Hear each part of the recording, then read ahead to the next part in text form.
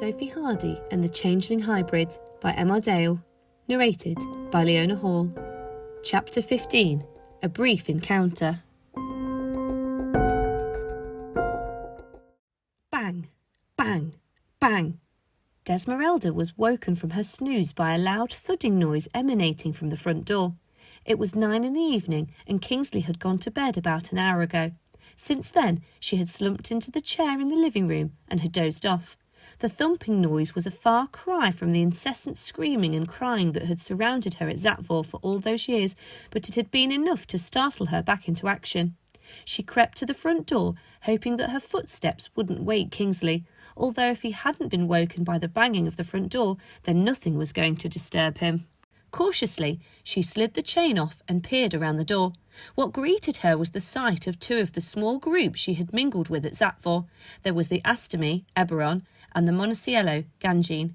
The pair of them looked awful, and Desmeralda felt a sudden rush of power through her body. A memory began to appear again, but she ignored it as she was too taken aback by the state of her friends.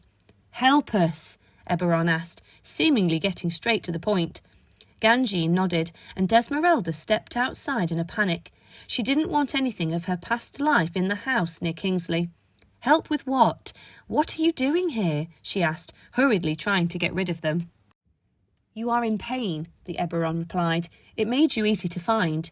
"But what are you doing here?" Desmeralda repeated, clearly flustered that the creatures were still there and weren't explaining themselves. "Our homes have been destroyed," replied Eberron. "We can't stay here." "So what have you come to me for? Go and find a new home. You have your freedom. Use it." Desmeralda was now desperate to get rid of them. "But why?" Eberron continued. "Don't you remember what you were told? There is no point in us staying. We would rather take our chances in the underworld with your kind than stay here, and so would millions of others who had managed to find sanctuary over the last 10 years. Even they're scared. Mythicals are even leaving the sanctuary of Meliora in an effort to escape." Desmeralda was only half listening to the content of the explanation and was picking and choosing the words she heard, searching for key ones that weren't vague and irrelevant. "What? No!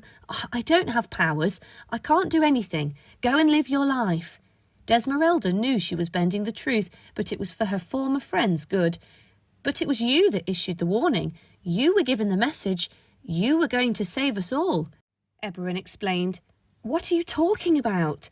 Desmeralda was almost screaming at them, but thought if she did so, then she would wake the street, and that would cause a scene. Ganjin had simply stood behind Eberron up until this point, holding a flower that Desmeralda knew she needed to keep her life force flowing. Now, though, she held the flower out for Desmeralda to take. "What do I want this for?" Desmeralda asked. "That is all that's left of Link's home," Eberron replied. "He vanished last night without warning. Humans were seen near, but he was not to be found. He just wanted to go back to living his life." "What?" Desmeralda felt like she'd used that word a lot. "The humans will come for us next," Eberron continued, "and if they don't come, then you know what is coming after."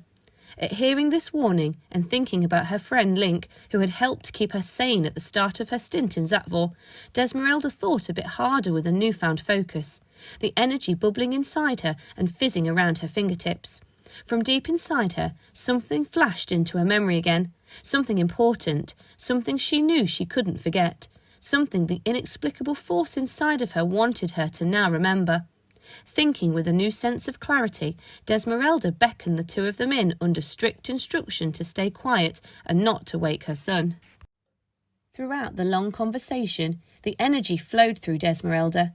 If she had had the button to press to alert Jane, she would have been pressing it more than ever. Two sides of her seemed to be working together in a way they never appeared to before. After a long evening, she bid farewell to her friends and for some reason that she only half understood, explained that she would help if she could, and the two creatures prepared to flee away into the night to find others who needed help, and arranged to tell them when and where this help would come. Desmeralda calmed down, and inexplicably the memory of the whole evening started to fade along with the energy. She then dozed off again onto the settee, and the energy subsided, and so did the memory of the entire encounter. When she woke up late the following morning, Kingsley was shaking her, telling her that he didn't want to be late for school as he'd made friends now. Her energies completely gone, Desmeralda jumped up with a start and began to help get Kingsley ready. The meeting last night was now a distant memory, and Desmeralda fell back into being a mum.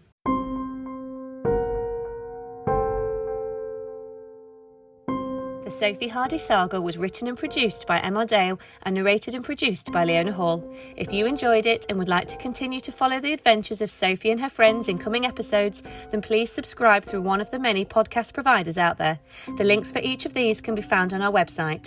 If you require more information, visit our many social media channels, or if you would like to purchase a hard copy of the book, then be sure to check out www.sophiehardysaga.com. Thank you for listening, and we hope you enjoy.